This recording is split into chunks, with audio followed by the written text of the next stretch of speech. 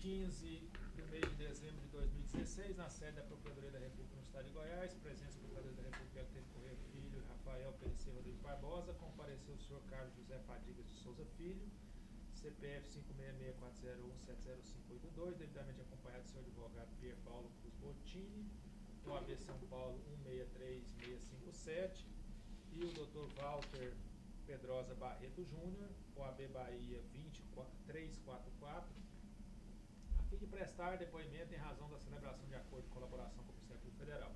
Nesse momento, todos os presentes são cientificados da proibição de uso de quaisquer instrumentos de gravação ou registro de áudio e vídeo próprios e declaram não estar fazendo uso oculto ou dissimulado de qualquer equipamento sob as penas legais. Observadas todas as cautelas de sigilo determinadas, atendendo aos ditames da Lei 12.850 de 2003, notadamente quanto ao disposto no artigos 4º a 7º, pergunta ao senhor Carlos José Fadigas de Souza Filho. Os advogados ora presentes são seus defensores legalmente nomeados para lhe assistir no presente ato? Sim. O senhor renunciou ao direito ao silêncio, afirmando o compromisso legal de dizer a verdade? Sim. O senhor pretende colaborar de forma efetiva e voluntária com as investigações e processos criminais nos termos firmados com o Ministério Público Federal? Sim. O senhor, junto de seu defensor, autoriza expressamente e está ciente do registro audiovisual do presente ato de colaboração? Sim. O senhor está ciente dos efeitos da colaboração premiada, que os efeitos da colaboração premiada dependem de um ou mais dos resultados previstos no artigo 4º da Lei 12.850 de 2013? Sim. O senhor, no tocante ao anexo 4, Guerra dos Portos e Delcídio Amaral, pretende responder às questões formuladas? Sim. Então vamos às questões.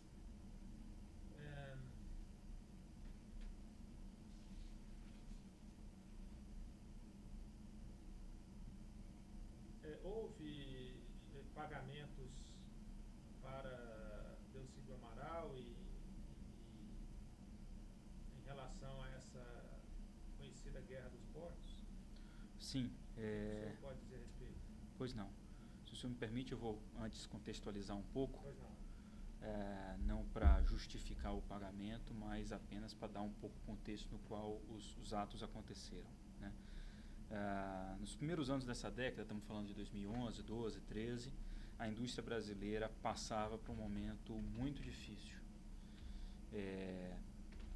Isso ficou muito caracterizado e evidenciado por números bem claros de queda do PIB industrial, queda da produção industrial, queda do emprego na indústria e tantas outras coisas. E diversas iniciativas de apoio à indústria brasileira foram discutidas no âmbito do governo federal e também no Congresso Nacional. A Braskem, como uma das maiores indústrias brasileiras, e a Braskem deve ter entre as 5 maiores empresas industriais do Brasil, ela participou dessas discussões, tipicamente através das federações estaduais, FIEB, Federação da Bahia, FIERGS, que é a Federação do Rio Grande do Sul, Fiesp, a própria Fiesp de São Paulo, a FIEA de Alagoas, a Confederação Nacional da Indústria. E esse foi um tema muito público, doutor. Quer dizer, tantas dificuldades da indústria quanto as propostas de política de apoio à indústria foram amplamente discutidas na sociedade, com cobertura de imprensa. Então foi um tema que recebeu realmente bastante atenção. Entre essas medidas de apoio à indústria está a Guerra dos Portos e a aprovação de uma proposta de resolução do Senado número 72/2010, PRS 72 de 2010. E qual é o contexto dessa PRS 72? Por incrível que pareça, alguns estados brasileiros faziam no começo dessa década o oposto do que a maioria dos países faz. Eles estimulavam o produto importado, estimulavam fiscalmente o produto importado. Esses estados queriam gerar movimentação nos seus portos, né? Estados com Espírito Santo é um deles, com Porto, e queriam estimular a entrada de produto pelos seus portos. E começaram a conceder descontos fiscais para o produto que era feito fora do Brasil em detrimento do produto brasileiro. Como esses incentivos eram vultosos, eles começaram a inviabilizar a indústria nacional. Chegaram a mais de 10% de incentivo. E no setor industrial, muitas vezes, a gente trabalha com margens muito apertadas, de 6%, de 8%. Então, a produção nacional não tinha como concorrer com um produto feito lá fora e importado. Lembrando sempre que todo mundo faz o contrário, né? Os países dão incentivo para quem produz localmente, em detrimento do produto importado, porque querem gerar emprego lá, querem gerar pagamento de imposto lá, querem gerar uma série de questões lá. Esse sistema foi conhecido como Guerra dos Portos. Porque era uma guerra para ver qual porto ia receber mais movimentação, e nessa guerra eles foram dando esses incentivos que afetaram muito a indústria nacional. Houve uma mobilização grande, inclusive de sociedade, sindicato de trabalhadores, associações de indústria, o próprio governo federal ministros chegaram a classificar essa política de alguns desses estados como lesa pátria e tudo mais. E foi essa mobilização que foi feita para aprovar uma proposta de resolução do Senado, a PRS 72, que limitaria a capacidade dos estados de conceder incentivo para o produto importado. E a Braskem, naturalmente, se engajou nesse tema. Qual foi o alinhamento feito com o Marcelo Odebrecht de minha parte? Quer dizer, de forma coerente com o alinhamento que eu já tinha tido com ele antes, eu me concentrei onde eu já estava concentrado, que são as federações das indústrias, a Confederação Nacional da Indústria, a Associação Brasileira da Indústria Química e várias associações industriais, a BIT, a BIMAC, a Aço Brasil. Foi uma mobilização grande porque a indústria de vários setores estava apanhando do produto importado, né? E a parte de relacionamento político, para fazer andar dentro do Senado esse tema, foi tratada por quem tinha essa relação. Aí, notadamente, o Marcelo Odebrecht, que tinha relação com o Poder Executivo, o Cláudio Mello, que tinha relação com o Poder Legislativo. Lembrando sempre que eu tinha assumido a Braskem vindo dos Estados Unidos. Esse é um ponto que eu acho importante acrescentar. Que eu tinha vindo dos Estados Unidos, eu não tinha, portanto, relações políticas aqui. E antes disso, era de uma área de apoio, era de finanças. E o Marcelo tinha exatamente as relações no Poder Executivo e o Cláudio no Poder Legislativo. Levantamos e-mails da época para recompor um pouco essa história. Eu fui buscar e-mails dessa época para recompor essa história. Bem, como o assunto afetava toda a base industrial brasileira, o Poder Executivo se envolveu. Os ministros e a própria Presidente da República se envolveram para fazer esse assunto andar. O governo estava perdendo a arrecadação, né? As indústrias produzindo menos estavam perdendo a arrecadação. Marcelo conversou com o ministro Guido Mantega, e aqui nas minhas notas, só relembrando um pouco desse histórico, e o Guido Mantega indicou o senador Romero Jucá, que a base de apoio do governo no Senado ia ajudar a resolver o assunto. Vou só voltar um instantinho. Pois não. Para conseguir reconstruir essas relações, especialmente do Cláudio Filho e do senhor Marcelo Odebrecht, cada um com o Poder Executivo e Legislativo, respectivamente, o senhor precisou se valer de levantamento de e-mails? Eu me valei de levantamento de e-mails para relembrar os interlocutores, o que eles tinham dito à época. Então, esses e-mails ajudaram bastante, né? Tem lá um e-mail de Marcelo dizendo: tive com o Guido, ele disse que a base de apoio do governo no Senado vai ajudar. Então, foi isso que eu incorporei aqui. Esse e-mail está aqui. Estão aí como anexo. Deve ser um dos primeiros, doutor. Deve ser o 4.2. Esse anexo. Eu acho que esse... 4.2. Agora temos que ir com tudo. Isso é Marcelo mandando para Cláudio, eu estou copiado. CMF. CMF é o Cláudio Melo Filho. Para CMF. Veja com Jucá, alguma coisa assim. Agora temos que ir com tudo. CMF, veja com Jucá, se GM, quem é GM? Guido Mantega. O GM é Guido Mantega. Quer colocar aí no anexo 4.2. O GM é Guido Mantega. CFM é Cláudio Melo Filho.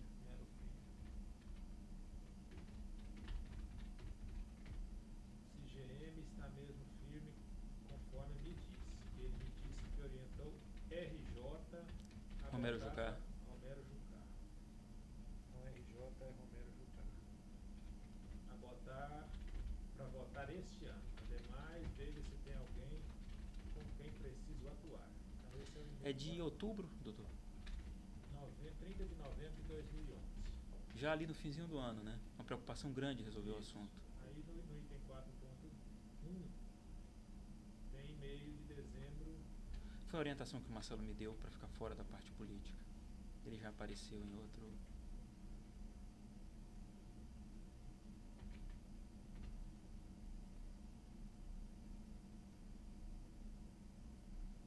Certo. Aqui tem um e-mail seu para o Marcelo que diz o seguinte: Marcelo, apenas como informação, estamos com a estratégia de comunicação da sucessão montada para essa semana que vem, começando no dia 7, depois da RCA virtual. O que é RCA virtual? Reunião de conselho de administração, que ia me eleger como presidente.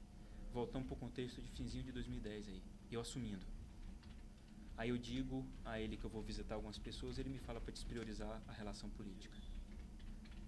Na verdade, já na segunda, dia 6 pela manhã, estaremos com o Jacques Wagner iniciando esse processo. Um abraço. Aí, então, RCA é reunião de conselho virtual, você colocou aí, né? Reunião de conselho virtual. De administração, de administração. Reunião de conselho de administração, isso. Aí tem logo em seguida um e-mail do Marcelo para o senhor dizendo: JW é tranquilo, JW é o Jacques Wagner. Então JW é Jacques Wagner. Depois ali o CMF, que é o Cláudio Melo Filho falou, né? A agenda dele. Cláudio Melo Filho é o CFM, é o MF, é o principal contato da organização com o JW. A organização é quem? A organização Odebrecht. Então, a organização é o Odebrecht. Então, e-mail 4.1, anexo 4.1. Esse é o 4.1. Você Gente, olha, 4.1 ou 4.2? 4.1. 4.2 é aquele anterior em que ele fala Das siglas. do GM Aham. e do RJ. O 4.1, esse que nós estamos tratando agora, Que na JW, só para a gente Perfeito, perfeito. definir quem que são essas siglas aqui, porque Perfeito. isso pode ser útil lá na frente. Tá. JW é ele já disse, é o Jacques Wagner. Você precisa depois combinar com BJ uma ida a Sérgio Cabral. Quem é BJ? Benedito Júnior, presidente da construtora. Então, BJ é o presidente, Benedito Júnior, presidente da construtora Odebrecht.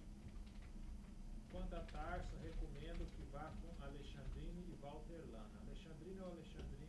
Alencar. E o Walter Lana? Funcionário da construtora, acho que cuidava do mercado do Sul, Rio Grande do Sul e tal, daí porque a relação com o então governador Tasso Genro. Ele é colaborador, Walter Lana? Eu acho que sim. Eu não tenho certeza. O Walter Lana é funcionário encarregado da região sul. Da construtora. Funcionário da construtora. Com Alckmin, se achar que precisa, pode ser comigo mesmo. Tem também Venezuela com RR e EA. RR e EA. Quem são? Roberto Ramos e Eusenando Azevedo. Os dois do grupo, né, da organização Odebrecht. Os dois funcionários. Desculpa, o segundo nome me escapou. Eusenando Eusenando. Azevedo. Eles atuavam lá na Venezuela? O Eusenando era o presidente da construtora na Venezuela. O Roberto Ramos cuidava da parte de óleo e gás do grupo Odebrecht, que também tinha negócios na Venezuela. E o que o Marcelo Odebrecht quis dizer com, assim, qual que seria... Porque aqui o que se estava vendo era contatos políticos aqui no Brasil relacionados a esses interesses que o senhor está dizendo aqui, do problema da guerra dos portos, não é isso? Isso, na verdade, então deixa eu colocar esse e-mail em contexto, doutor, porque ele vai aparecer outras vezes. Sim. Esse e-mail ele aparece outras vezes porque esse e-mail, o que mostra? Uma dinâmica entre eu e Marcelo. Eu estou assumindo e digo a ele, estou indo visitar as fábricas para me apresentar como presidente novo. Algumas pessoas já me conheciam como financeiro, mas me apresentar como presidente novo, e vou aproveitar para visitar os governadores. Aí Marcelo, aí a primeira reação dele, na sequência ele manda um outro e-mail mudando. Na primeira reação dele é o seguinte, se você for falar com não sei quem, aí vai dando os nomes de dentro de casa. Se você for falar com o governador do Rio, vá com o Benedito Júnior. Se for no Sul, vá com não sei quem. Na Venezuela, que você precisa também fazer uma visita institucional na Venezuela, é não sei quem. Só que ato contínuo, horas depois, ele manda um e-mail de cima. Despriorize. Essas relações já existem, despriorize.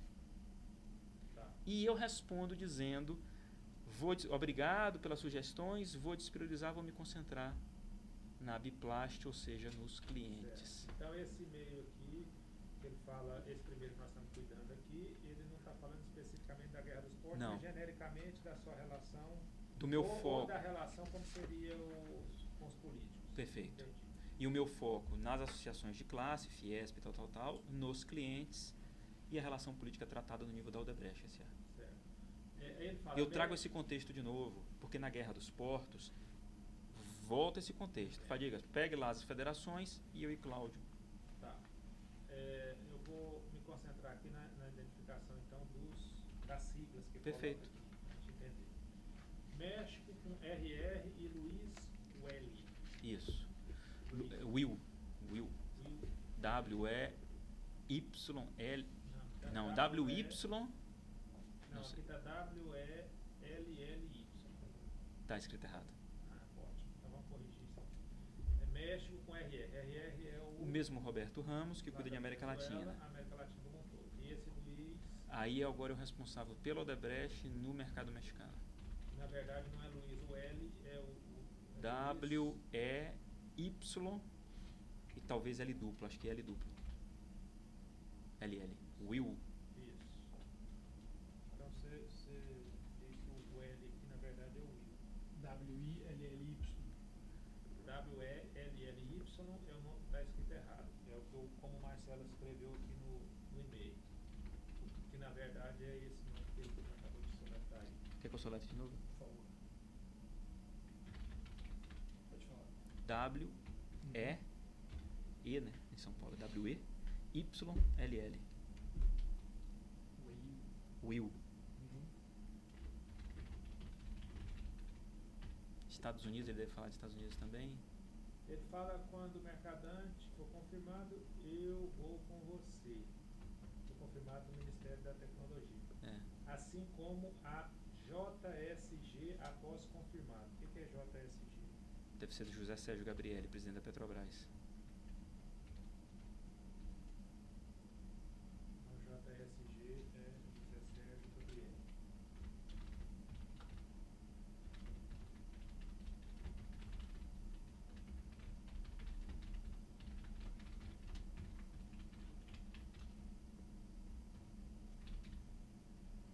Certo, aqui já está resolvido para esse e-mail. Aí agora você tem um e-mail do item 4.3, ele fala, peguei agora no evento da Isto É, o Manteiga, Jacques Wagner, o Pimentel e os dois últimos me ajudaram com o primeiro. GM é Guido, manteiga. o Guido Manteiga, esse eu já falou. Garantiu que já deu orientação forte para Jucá no tema. O Pimentel acha que ele está batendo no fogo. Agora é hora de cobrar de Jucá. Isso aqui está dentro daquilo que você estava falando da Guerra dos Portos. Exatamente, exatamente. Fora aquele primeiro lá de 2010, agora é todo no contexto de aprovar o fim dessa guerra. Certo. Eu- Isso está claro? Está citado aqui, Sim. eu cito essa... Pode prosseguir. Então. Tá bom. Depois a gente volta nos e-mails, se tiver mais alguma. Perfeito. Por fim, teve a questão do Guido Manteiga, que diz que a base de apoio do governo no Senado ia ajudar, e o Romero Jucá era líder do governo no Senado. Depois teve também essa interação com o Jacques Wagner, que era a parte interessada, governador da Bahia, né, era importante para a Bahia, petroquímica. Fernando Pimentel era o ministro da Indústria e Comércio. E para pressionar, só precisa resolver, precisa acabar e tudo mais. Outra frente de atuação era no próprio Senado, onde aí o Cláudio Melo Filho era o principal interlocutor, junto com o Romero Jucá. Né? Então o Cláudio falava com o Romero para ver, inclusive, se o Romero tinha de fato recebido as orientações. Quer dizer, o governo mandou votar mesmo, botou para andar e dava esse retorno a Marcelo. No fim de 2011, nós ficamos com receio do assunto ser postergado, mas o governo continuava sinalizando que ia aprovar em regime de urgência. Em fevereiro de 2012, Marcelo teve a reunião com o presidente Dilma para tratar de diversos assuntos, inclusive do fim da Guerra dos Portos. E nessa reunião, a presidente tinha deixado claro que o assunto era uma prioridade e que assim que acabasse o recesso do Senado, o assunto seria resolvido. Aí o Pimentel participou e, como ministro da Indústria e Comércio, deu apoio ao pleito do fim da Guerra dos Portos. O Espírito Santo, por outro lado, que praticava a Guerra dos Portos, o governador... Só gente, é que não está muito claro, lendo o seu depoimento está bem claro, mas para ficar claro para o vídeo. Pois não. O projeto de resolução do Senado 72 era o meio para acabar com a Guerra dos Portos. Era a forma de acabar com a Guerra dos Portos, na medida em que a PRS 72, limitando o ICMS do produto importado, limitava a capacidade dos estados de conceder esse incentivo. Perfeito. E aí nivelava um pouco mais o jogo entre o produto importado e o nacional, um ponto importante. Nos causaram preocupações aí a articulação do Espírito Santo para manter esse ICMS. Marcelo esteve com o governador do Espírito Santo, Renato Casagrande, e esse colocou uma proposta de manter o incentivo importado, mas tirar para tudo, exceto petroquímica, atenderia a Braskem, e mais alguns outros poucos produtos. Ele queria se livrar da pressão de solução. Apesar disso resolver o problema da Braskem, a gente não resolveu o problema dos nossos clientes. Então, a gente achou que não era uma solução para o assunto de uma maneira geral, em defesa da indústria de uma maneira geral, e continuamos trabalhando para resolver o assunto de uma maneira completa. Eu fui a Brasília numa oportunidade, eu aproveitei um evento que era um evento da CNI. Novamente, a Braskem tinha muito envolvimento com a Confederação Nacional da Indústria, né? Todo início do ano eles lançam a agenda legislativa do ano, então foi lançada a 17ª agenda legislativa da CNI. E aproveitando a minha estada em Brasília, o Cláudio Melo Filho pediu que eu o acompanhasse. Esse é um tema chato do ponto de vista técnico. ICMS é um imposto com débito, com crédito. Ele me pediu que eu o acompanhasse para explicar o tema a alguns senadores e o prejuízo que esse tema estava causando aos seus estados, né? Nessa oportunidade eu tive com Lídice da Mata, senadora pela Bahia, que tem petroquímica, né? Gin Argelo, aí por avaliação do Cláudio, de que era alguém que podia articular a favor. Fernando Collor, Alagoas, estado importante de petroquímica também. Romero Jucá, pelo papel de Romero Jucá de liderança. Renan Calheiros, novamente alagoano. A indústria petroquímica em Alagoas é muito importante. Pelo que eu me lembro, eu tive com esses senadores pela primeira vez, não tinha nenhuma relação com eles, então foi bem formal, né? O senador me tratando de presidente, eu tratando ele de senador, enfim. E expliquei o tema e foi uma reunião absolutamente normal. O único ponto que eu me recordo assim foi na despedida do senador Romero Jucá. Ele disse: olha, contamos com o apoio de vocês no futuro. Eu disse: tá ótimo, senador, vamos em frente e tudo mais. Bem, voltando agora para o outro lado, Marcelo continuava, para o lado do Poder Executivo, né? Continuava conversando com Guido Mantega, que continuava apoiando o tema, dizendo que era uma prioridade e alertando, inclusive, em relação a interferências. Disse que o senador Francisco Dornelles estava perturbando, porque achava que a PRS não era a melhor solução. Enfim, como resultado de toda essa mobilização aí, em 24 de abril foi aprovada a PRS com um texto que não eliminou, mas reduziu muito a capacidade dos estados de dar incentivo, o que era importante para a indústria, né? Não só a Braskem, mas a indústria de uma maneira geral. Eu não tenho notícia de nenhum acordo financeiro com o Poder Executivo, mas com o Poder Legislativo eu sei que houve. O Cláudio Melo, que cuidava dessa relação, procurou a mim e a Marcelo Odebrecht, que era o líder dele, inclusive, e falou sobre a necessidade da liberação, pelo que eu me lembro, por volta de 4 milhões de reais, que ele destinaria a políticos. Só voltar um pouquinho, tem um episódio envolvendo o senador Francisco Dornelles, que está fazendo um movimento contrário à intenção de aprovação. Você se recorda desse episódio? Não me recordo especificamente do que era. Tinham alguns senadores que achavam que a solução não era por aí, precisamos resolver junto um outro problema. Se botasse mais um problema para resolver, era a forma de não resolver nada, né? Vamos resolver o ICMS todo do Brasil logo. Não vai resolver nada. Então, essas interferências eram no sentido de que isso podia prejudicar a aprovação da PRS. Era mais uma orientação do ponto de vista político, de, não sei quem está trabalhando contra, não sei quem está ajudando. E eu me lembro de ter esse e-mail, tive com o Guido Mantega, do Marcelo, né? O senador Dornelles continua perturbando. Eu não sei se eu trouxe ele como anexo, doutor, para ser sincero. Tá aí, né? Pronto. É só para dar um pouco desse contexto. Eu não lembro exatamente qual era a opinião do senador Dornelles. Bem, o uso dos 4 milhões de reais, retomando aqui, seria detalhado por Cláudio Filho. E aí eu queria trazer exatamente o ponto que o senhor me perguntou sobre o senador Delcídio Amaral, né? Tempos depois dessa aprovação, essa aprovação se deu, pelas minhas notas aqui, em abril. Lá em julho, o presidente da Odebrecht Engenharia Industrial, Márcio Faria, portanto também do grupo Odebrecht, me disse que o senador Delcídio Amaral não tinha recebido atenção, entre aspas, da Odebrecht. E eu não tinha como avaliar se o senador tinha recebido atenção, se não tinha recebido atenção. Então eu pedi que os dois, Márcio Faria e Cláudio, conversassem, porque Cláudio era a pessoa que tinha relação com o Congresso. Terminamos fazendo uma reunião A3 e resolvemos acatar o pedido do senador. Ele recebeu 500 mil reais em Caixa 2, digamos assim, como contrapartida do que ele disse ter sido a atuação dele para aprovar a PRS 72. Certo. Esse recebimento, esse pagamento foi feito através também do setor de operações estruturadas? Sim. Também com pagamentos no exterior? Pelo que nós identificamos no Drauzes, que quem fez a interface com ele, a demanda veio por Márcio Faria, e depois quem foi ao senador dizer que ele tinha sido aceita a demanda dele, digamos assim, foi o Cláudio Melo Filho, que acertou a forma de pagamento.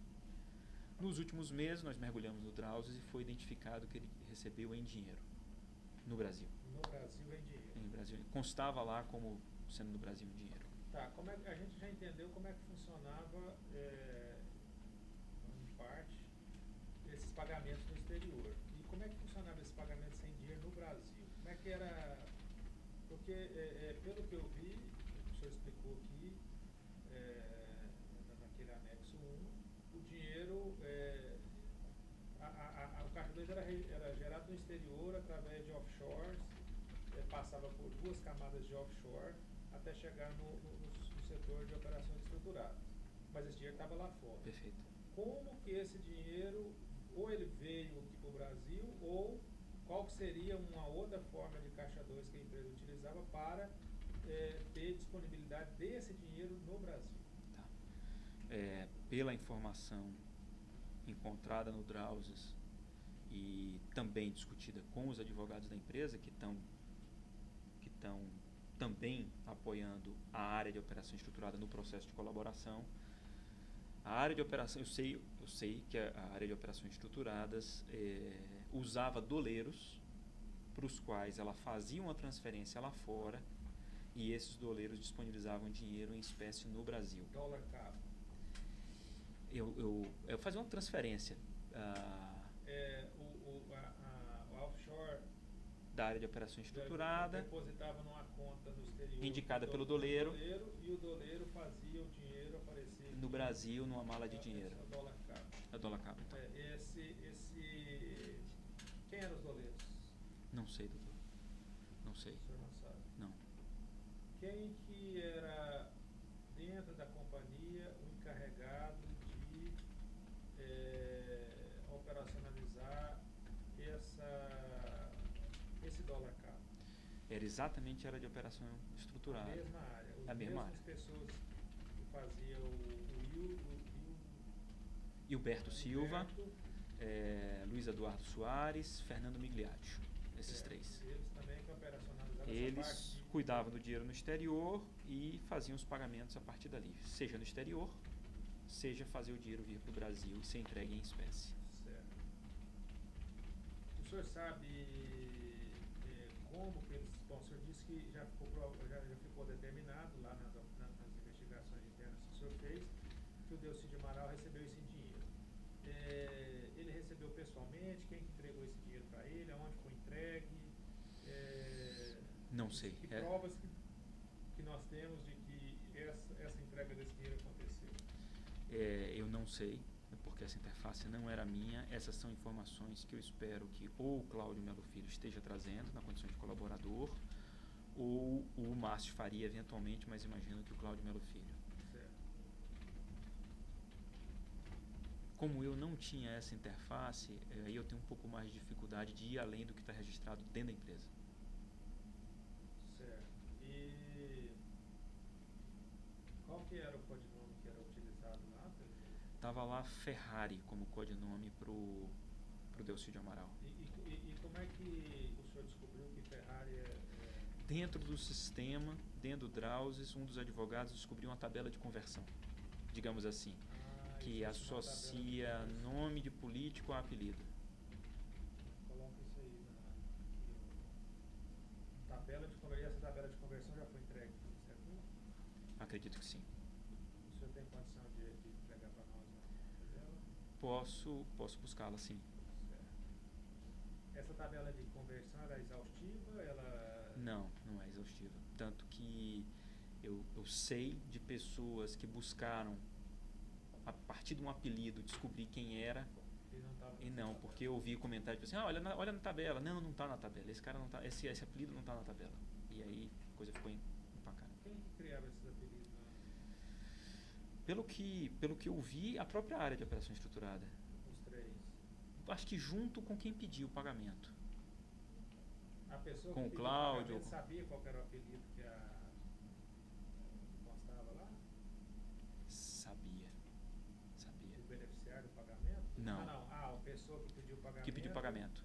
Dentro da organização. Isso. Quem tinha poder para autorizar esse pagamento, é isso?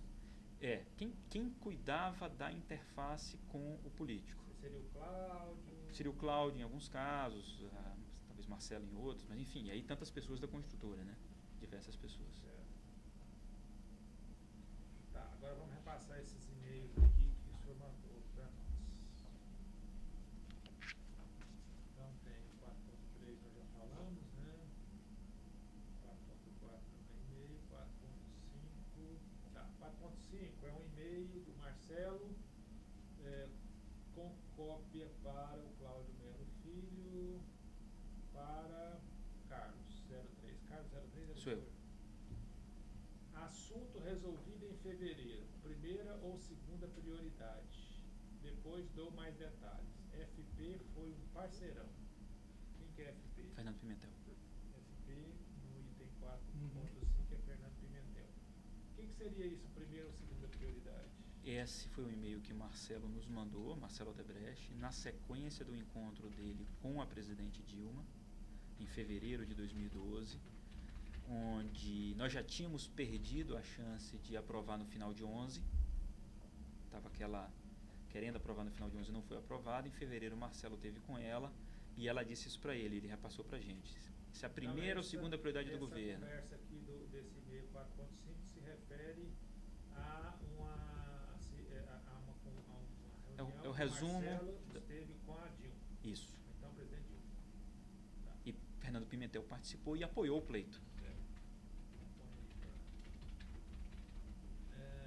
Aí depois tem alguns e-mails no anexo 4.7.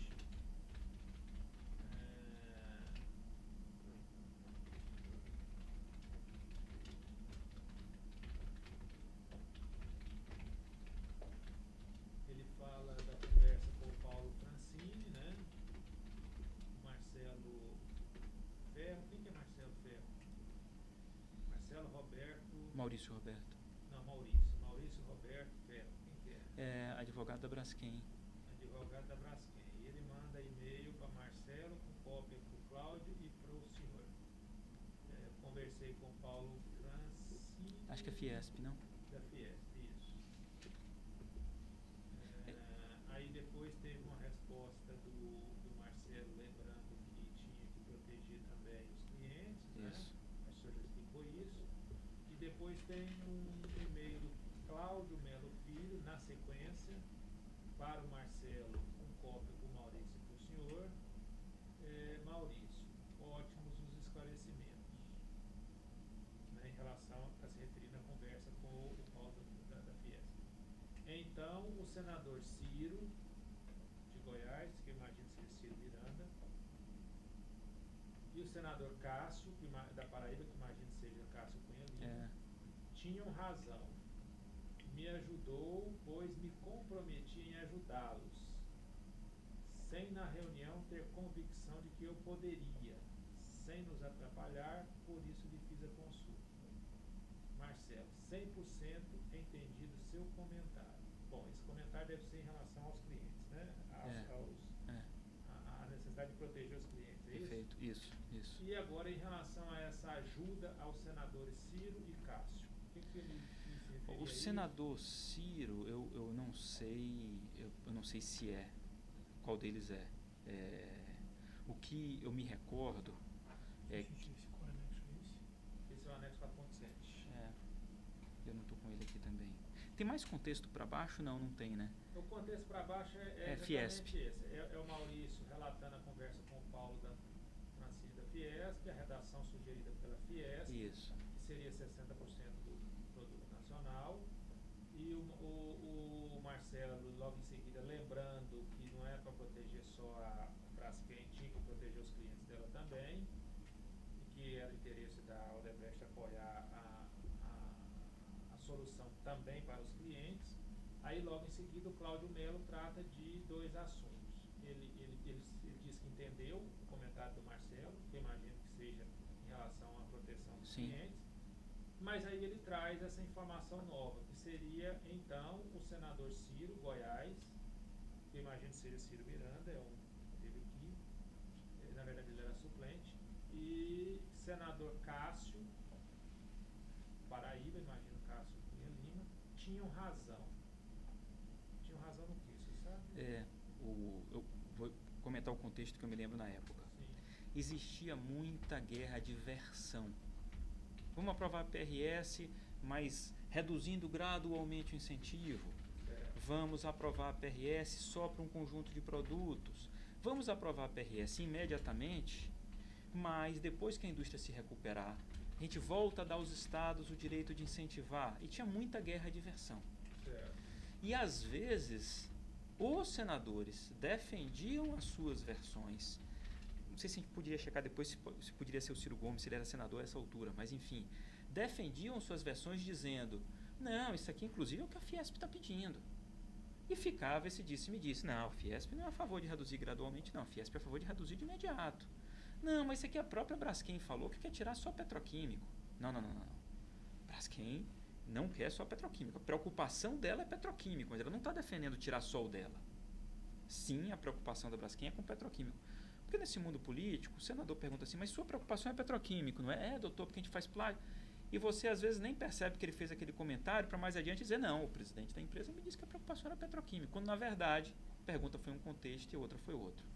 Então, meu entendimento, doutor, disso daí tem a ver com a guerra de versão. Para que o Cláudio não fosse pego nesses contrapés e diz, Cláudio, não é isso. Falamos com Fiesp está alinhada, tem que ter cliente junto, tem que estar junto. Foi nesse contexto que eu trouxe um pouco do e-mail mostrando como as federações também tinham um papel a desempenhar nisso. Tá, agora ele fala, me ajudou, pois eu me comprometi em ajudá-los, ou seja, o senador Ciro, Goiás, que coloca aqui. Você tem /GO. Tem Goiás. Então ótimo. E senador Cássio, PB, tinham razão. Me ajudou, imagino me ajudaram, né? Pois me comprometi em ajudá-los. Sem na reunião ter convicção de que eu poderia, sem nos atrapalhar, por isso lhe fiz a consulta. No que os senadores Ciro, Goiás, Cássio, Paraíba, ajudaram o Cláudio Melo Filho e no que houve e qual foi o compromisso do Cláudio Melo Filho em ajudar esses dois, então, senadores? Olha, doutor, o que eu tenho de contexto é pouco. Então, estou te falando tudo que eu sei desse contexto daí. O que eu me lembro é exatamente dessa guerra de versões. E mas o que isso. Não, mas eu acho que é isso mesmo. Os senadores ajudaram e no que eles teriam... receberiam em troca de ajuda. Perfeito. Seguramente, o Cláudio pediu apoio a várias pessoas. E eu só posso... Bem, eu não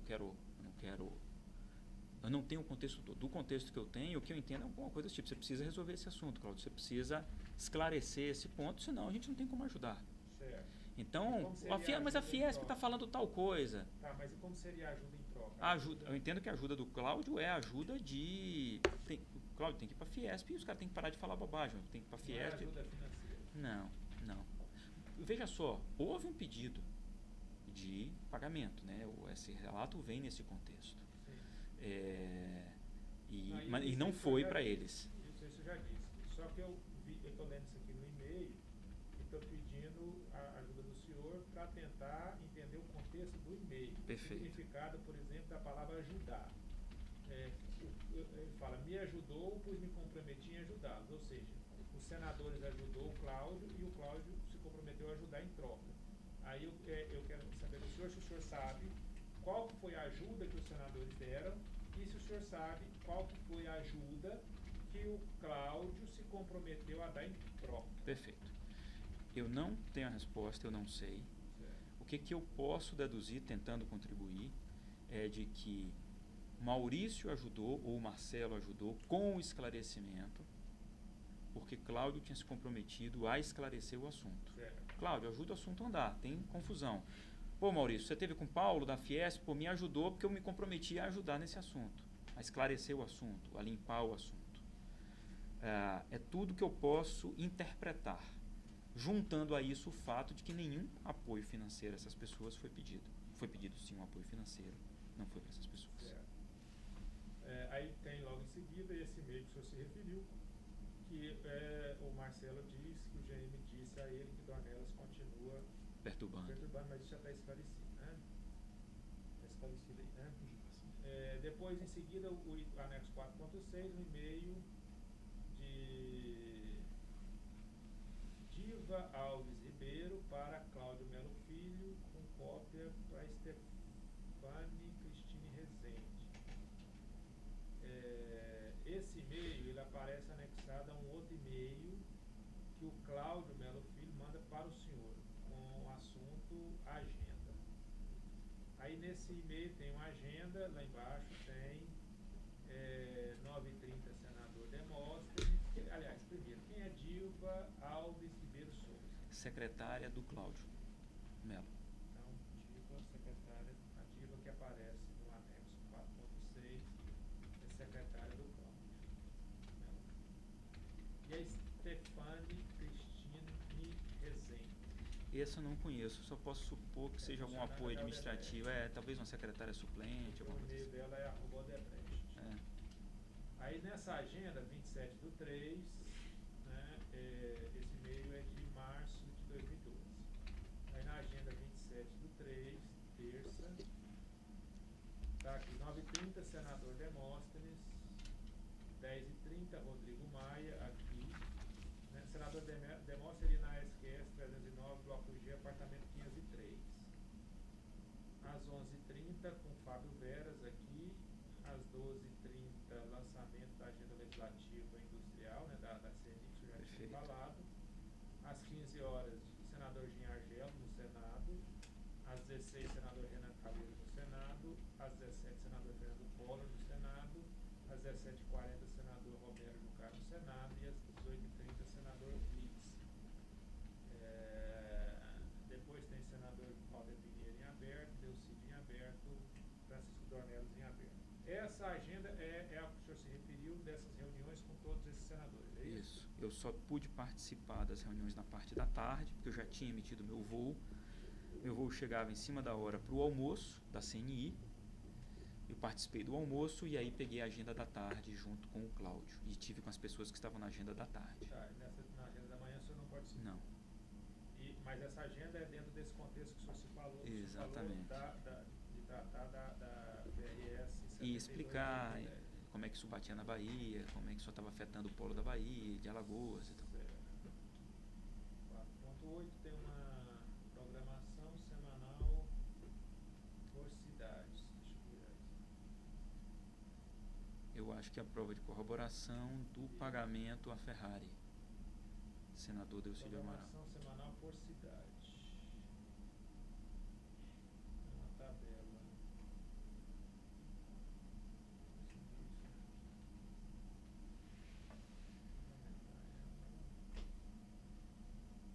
Essa tabela aqui, senhor, eu vou virar aqui, deixa eu ver. Sim. Do que se trata?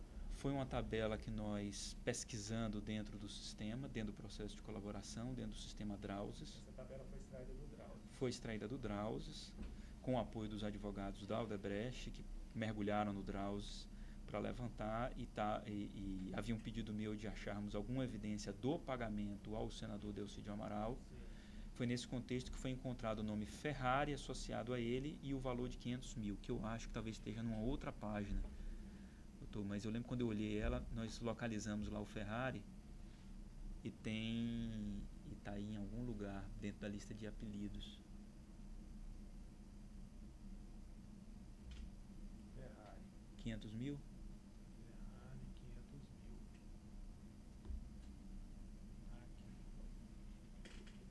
Aqui. Na parte de baixo. Junto com outros. Feira, Musa, Alemão, Conquistador, Soldado 1. Além de Ferrari, algum desses outros nomes o senhor sabe identificar? Festança, Síndico, Pato, Poste, Tubo, Não. Contra, Bacia 1, Bacia 2, Bacia... Nossa. Escola 1, Escola 2, Surfista, Macho, Bolinha, Próximos, Caranguejo, Escafandrista, Ecochato. Esses aqui o senhor não consegue identificar, não? Não, doutor, sinceramente não. Ferrari, Feira, Alemão, Soldado 1, Chegado, Estressado, Pizza, Formatec. Esse nome o senhor não sabe. Não. Só o Ferrari que foi identificado 500 mil, é isso? É. E aí, sinceramente, na imprensa eu vi o nome de Feira associado a Mônica Moura, né? Certo. E essa senha aqui, sombreiro, essas senhas que aparecem aqui na frente, você sabe o que é, não? O que me foi dito é que era a senha usada para a entrega do dinheiro. Também no processo de colaboração, entendendo como é que a área de operação estruturada funcionava. Certo. Então, o anexo 4.8 é uma tabela onde consta o nome Ferrari, foi identificado como sendo o